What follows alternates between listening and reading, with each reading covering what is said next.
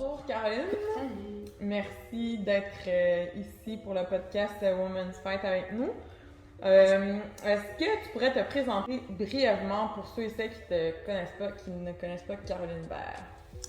Oui, je suis Caroline Baird, je suis olympienne. Je participais aux Jeux Olympiques de Tokyo. Je fais de la boxe amateur depuis 2013. Je suis sur l'équipe nationale en fait depuis 2013. Et j'ai commencé la boxe à 17 ans. Puis j'ai à peu près 150 combats peut-être. Ouh, quand même, hein? Est-ce que tu peux justement nous expliquer un peu ton parcours dans la boxe? Oui, j'ai commencé donc à être sur l'équipe nationale en 2013 chez les 60 kilos. Mm-hmm. Puis dans le fond, les 60 kilos, c'était une des 3 catégories olympiques qui étaient admises aux Jeux olympiques. Puis moi, c'était un poids qui était un peu lourd pour moi, mais je voulais absolument me rendre aux Jeux olympiques, donc j'ai monté dans cette catégorie. Puis j'ai fait 5 ans à peu près à 60 kilos et j'ai très bien fait. J'ai été 5e au monde, j'ai remporté les Jeux panaméricains, la médaille d'or des Jeux panaméricains. Puis j'ai fait pratiquement toute mon expérience amateur à 60 kg. J'ai fait vraiment beaucoup de voyages et j'ai rencontré les meilleurs au monde. J'ai rencontré Katie Taylor, Michaela Mayer, Estelle Mosley, donc des grandes boxeuses, et ça m'a beaucoup permis de me développer en tant que boxeuse. Puis par la suite, en 2019, j'ai décidé de descendre à 57 kg, vu que c'était une des catégories ajoutées pour les Jeux Olympiques de Tokyo. Puis j'étais très contente de pouvoir enfin compétitionner à ce poids-ci parce que c'était plus mon poids naturel, disons. Donc, puis je savais que je pouvais vraiment mieux faire à 57 kg. J'ai fait quelques compétitions en 2019. Après ça, en 2020, il y a eu la pandémie et j'ai pas pu faire de combat jusqu'aux Jeux Olympiques. Donc pendant 1 an et demi, je me suis pas battue. Puis direct les Jeux Olympiques et ça a très bien été finalement. J'ai gagné mon premier combat, j'ai super bien performé, puis je me suis rendue en quart de finale, donc je suis vraiment très fière de ce que j'ai fait, étant donné les conditions. Et je pense en fait que je pourrais même faire mieux. Donc c'est pour ça que les prochains Jeux Olympiques m'intéressent, parce que j'aimerais pouvoir me préparer dans d'autres conditions. Puis c'est sûr que j'aimerais remporter une médaille. Ça serait mon rêve de pouvoir remporter une médaille aux Jeux Olympiques. Donc voilà, j'aimerais pouvoir le revivre. Qu'est-ce qui t'a amené à pratiquer cette discipline? C'est vraiment par hasard. J'ai toujours été active, j'ai toujours aimé faire du sport. Puis en fait, j'ai commencé le kickboxing. Et le kickboxing, j'aimais pas ça. Puis dans le club de boxe, il y avait donc des cours de boxe aussi. Et moi, la boxe, je connaissais rien. Je pensais que c'était comme dans Rocky, on se tape dessus jusqu'à ce que l'autre tombe, puis c'est comme ça qu'on gagne. Puis quand j'ai découvert la boxe, que c'était un sport stratégique, qu'il fallait être intelligent dans le ring, puis les mouvements me fascinaient. Puis tout de suite, j'ai eu la piqûre. Je voulais apprendre tous les mouvements. Puis c'était tellement un défi pour moi de monter dans un ring puis affronter un adversaire. Puis on dirait que je découvrais une partie de moi que je connaissais pas, que finalement j'avais un côté agressif. Puis les premières fois que je montais dans le ring, je me demandais, mon Dieu, c'est qui ça? J'étais vraiment... C'est là que t'as pu extérioriser toute... Je réalisais qui j'étais, puis tu sais, en fait, c'est que j'ai grandi vraiment au travers de la boxe aussi, donc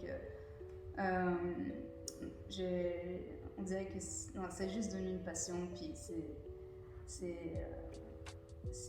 ça m'a amené loin dans ma vie, en fait. Mm-hmm. Puis justement, qu'est-ce que c'est pour toi la boxe? Autant c'est ma passion, puis c'est de ça que je vis, puis c'est vraiment de ça que je veux continuer à vivre aussi plus tard. Je voudrais être entraîneur, tu sais, je veux vraiment vivre de ma passion. Tu nous as parlé plus tôt que tu as fait les Jeux olympiques. Est-ce que tu pourrais nous parler un peu plus de ton expérience, comment tu l'as vécu? Ouais. Les Jeux olympiques, c'était incroyable. J'ai jamais vécu des émotions aussi fortes. Puis franchement, ça a valu tout le travail, toutes les années passées, les sacrifices. Ça a tout valu ça parce que c'était juste incroyable avec là-bas tous les jours. C'était comme j'étais sur un petit nuage, puis j'étais tellement heureuse que genre ça m'a permis de performer à mon meilleur. J'étais juste tellement à l'aise dans le ring, puis j'ai adoré. À cause de la pandémie, est-ce que tu as vu quand même une différence il y avait par quand rapport même aux autres compétitions? C'est sûr que c'était pas une expérience complète des Olympiques, disons. On ne pouvait pas aller voir les autres sports, encourager les autres sports. Il n'y avait pas aucun public pour nous encourager. J'ai pas pu aller par Tokyo, c'était impossible. Donc c'est sûr que, puis aussi une fois qu'on était éliminé, il fallait qu'on s'en aille le jour après. Donc on pouvait pas rester sur place. Donc c'est sûr que c'était une expérience vraiment différente. Puis j'ai quand même adoré mon expérience. Fait que j'imagine que ça doit être encore plus incroyable quand c'est une expérience que c'est supposé être. Donc c'est ça qui me donne aussi le goût d'y retourner. Trouves-tu que les femmes ont de plus en plus leur place dans le monde de la boxe ou tout autre milieu majoritairement d'hommes? Oui, il y a vraiment de plus en plus, on voit les femmes entraîneurs dans les coins en boxe professionnelle, puis ça, je trouve ça vraiment super. Puis aussi, je pense depuis que la boxe féminine est aux Olympiques, ça a permis d'augmenter le niveau chez les femmes d'une façon tellement incroyable. Ça a été rapide. Puis franchement, les femmes sont aussi bonnes que les hommes. On a vraiment des beaux talents, un beau niveau chez les femmes.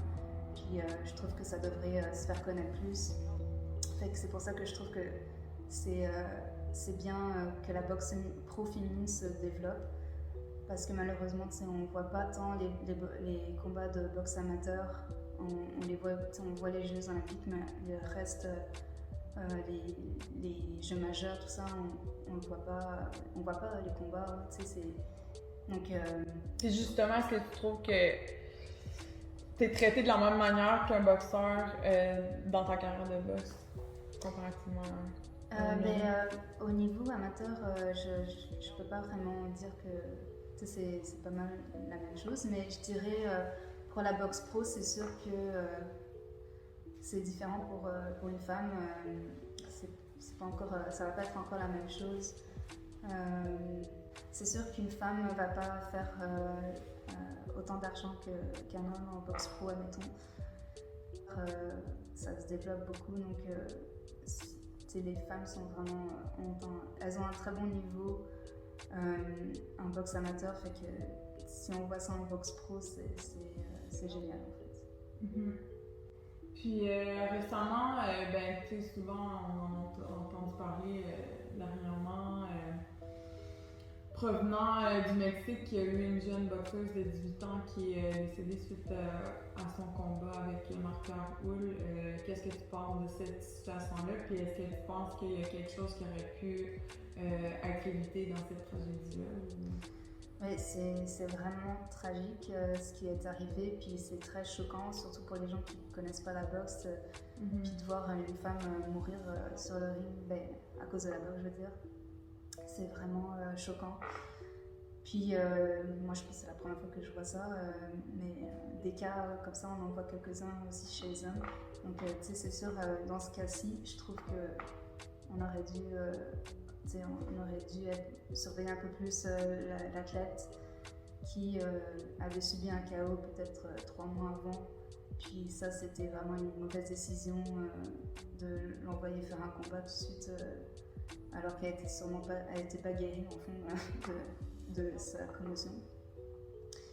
Puis je pense que c'est des mesures qui doivent être plus strictes, surtout en boxe surveillée en fait. Tu penses éventuellement passer en boxe professionnelle? Est-ce que ce serait... Ben, c'est sûr que mon objectif c'est vraiment remporter une médaille aux Olympiques, donc c'est pour ça que je veux retourner aux Jeux Olympiques. Mais je trouve que la boxe pro, c'est si ça vaut la peine, en fait, si c'est intéressant, pourquoi pas. Puis je trouve que c'est une façon d'avoir du fun aussi pour moi, puis de profiter des dernières années à boxer. Enfin. Puis quels sont tes futurs objectifs dans ta carrière au niveau personnel? J'aimerais vraiment continuer à pouvoir vivre de la boxe, et pour ça genre, je me vois vraiment être entraîneur, puis continuer dans ce milieu-là. Si tu pouvais avoir un message pour une petite fille qui s'intéresse à la boxe mais qui n'ose pas s'intégrer dans un club de boxe? Tout est possible si tu veux vraiment, genre, lance-toi, puis n'aie pas peur, vis de tes rêves, puis tout est possible. Si tu avais un message aux auditeurs, auditrices aujourd'hui, étant donné que c'est généralement justement le but de Women's Fight, que les femmes viennent parler de différents parcours, différents vécus ou problématiques ou peu importe dans différents domaines, est-ce que tu aurais un message pour les femmes de tout domaine confondu? Ne négligez pas, nous aussi on est capables. Merci pour cet entretien avec nous, puis au plaisir de te revoir prochainement, probablement à nos écrans. Oui, ça fait plaisir. Pour ceux qui... ah non, déjà, c'est en parlant. Je sais pas pourquoi je parle de ça. C'était une autre question, mais j'étais comme...